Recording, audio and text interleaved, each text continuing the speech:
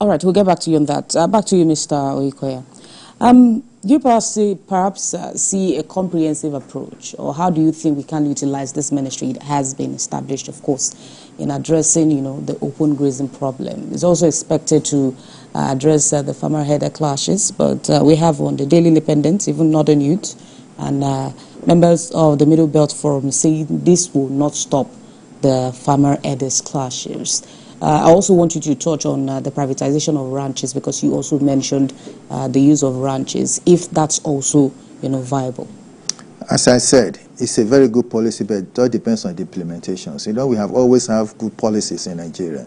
But by the time you get there, by the time money is spent on them, by the time all the ministry, all the offices are set up, so who's going to monitor them?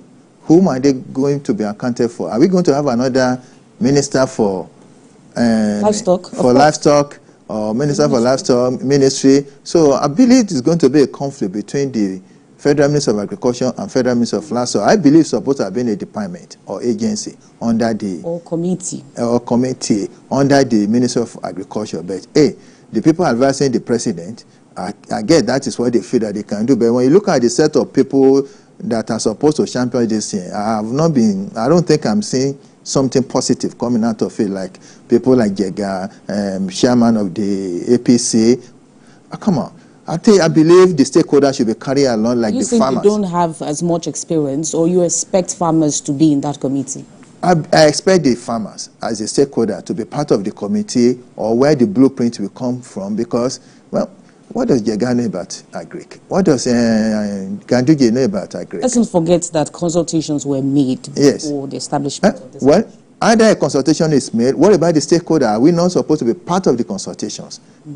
So, to me, the youth from the north, they have their vital informations about, is it going to solve the problem? But there should be some kind of reprisal that if you violate with what we are creating for the livestock, for the headers to be able to be in their lane, if you violate this, this is what's going to happen. Do we have that online, or do we have that in print, that that's supposed to be a penalty for violating? If they ask you to be in the ranches, if you are not in the ranches, you go to another person's farm to eat it, there should be some kind of penalty. Then all this AK-47 that the headers are carrying, who is going to collect it from them? Because it's already in circulations. So they use this thing to kidnap, they use it to terrorize the farmers. So there's a lot that needs to be done in terms of security.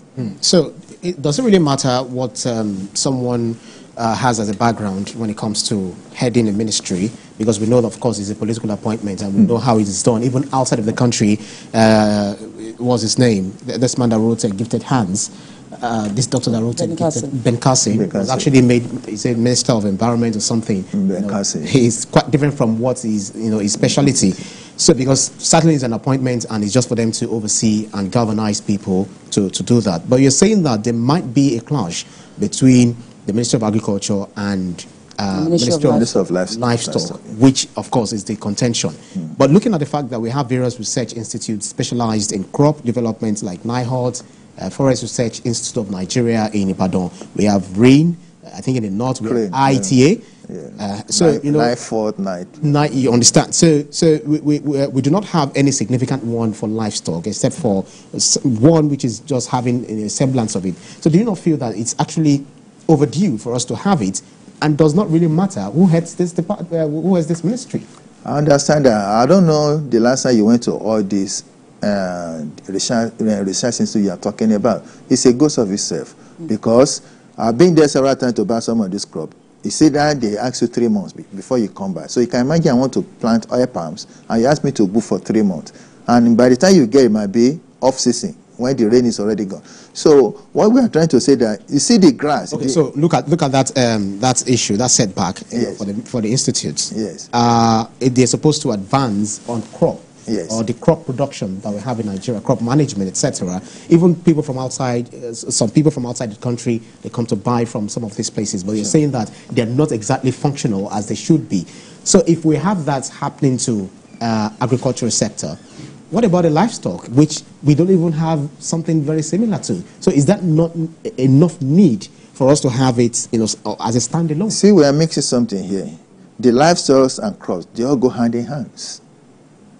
Even the special grass that this livestock eat, it's a special, it's not like the one we have where we're supposed to do the research on the kind of like alfalfa that most of the American countries or European countries use. It's a special grass that is going to fatten them, it's going to make them robust because it's full of proteins. So all these things has to be harnessed. And these grasses are very expensive. I remember when I wanted to buy some here, it's about 400,000 naira per kilo.